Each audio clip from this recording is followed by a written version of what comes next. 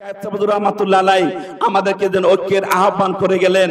Quaid সাহেব রহমাতুল্লাহ অন্যান্য পীর মাশায়েখের মতন, অন্যান্য ইসলামী দলের মতন দল জমায় নাই, মুরিদ প্রাথমিক পর্যায়ে করে না, শেষ দিকে করেছে। কিন্তু কায়েদ সাহেব রহমাতুল্লাহ এত ত্যাগ কোরবানি করার পরেও কায়েদ সাহেব রহমাতুল্লাহর দাম বাড়ছে না কমছে? বাড়ছে না কমছে?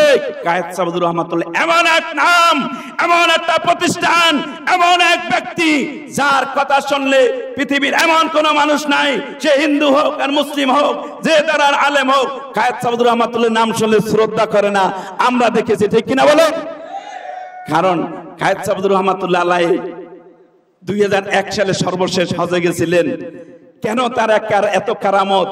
হজে যাওয়ার পর বাইতুল্লাহ শরীফের, কাবা শরীফের ইমাম, আমাদের বাইতুল মুকাররমের নয়, মানে কাবা শরীফের ইমাম মুহাম্মদ ইবনে আলবী আল মালিকি রাহমাতুল্লাহ আলাইহি, সৈয়দ আলবী রাহমাতুল্লাহ, যাকে সংক্ষিপ্ত নাম আমরা চিনি, আমরা শুনেছি কায়েদ সাহেবের মুখে, কারো ভায়ায় নয়, কায়েদ সাহেবের রহমাতুল্লাহ মুখে শুনছিলাম যখন কাবা শরীফের ইমাম সাহেবের খানকায় কায়েদ সাহেবের রহমাতুল্লাহ তার সোহবাত নেওয়ার জন্য কায়েদ কেবলা রহমাতুল্লাহ গমন করলেন।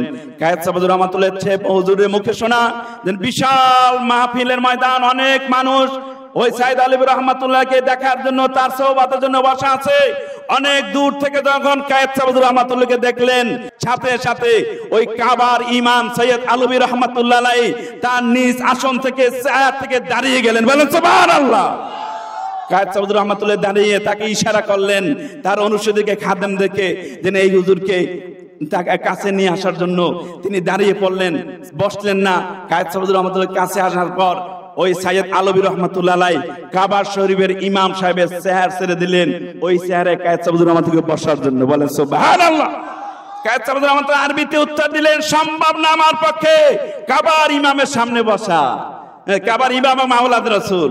তখন ওই সাইয়্যিদ আলবী রাহমাতুল্লাহ আলাইহি আরেকটা চেয়ার এনে ওই চেয়ারে কায়েদ সাহেব রহমাতুল্লাহকে বসিয়ে তারপর বসলেন এবং নিজের পরিহিত পাগড়ি, সেই পাগড়ি দীর্ঘদিন খানকায় ছিল, হাজী সুলাইমানের কাছে আমি দেখেছি, সেই পাগড়িটা, নিজের পাগড়িটা খুলে কায়েদ সাহেব রহমাতুল্লাহ মাথায় পেঁচিয়ে দিলেন এবং তাকে বললেন, আপনাকে আমি উলুবী তরিকার খেলাফতি দিলাম, আমি বাংলার জমিনে মানুষের খেদমত করে যাবেন। বলেন সুবহানাল্লাহ।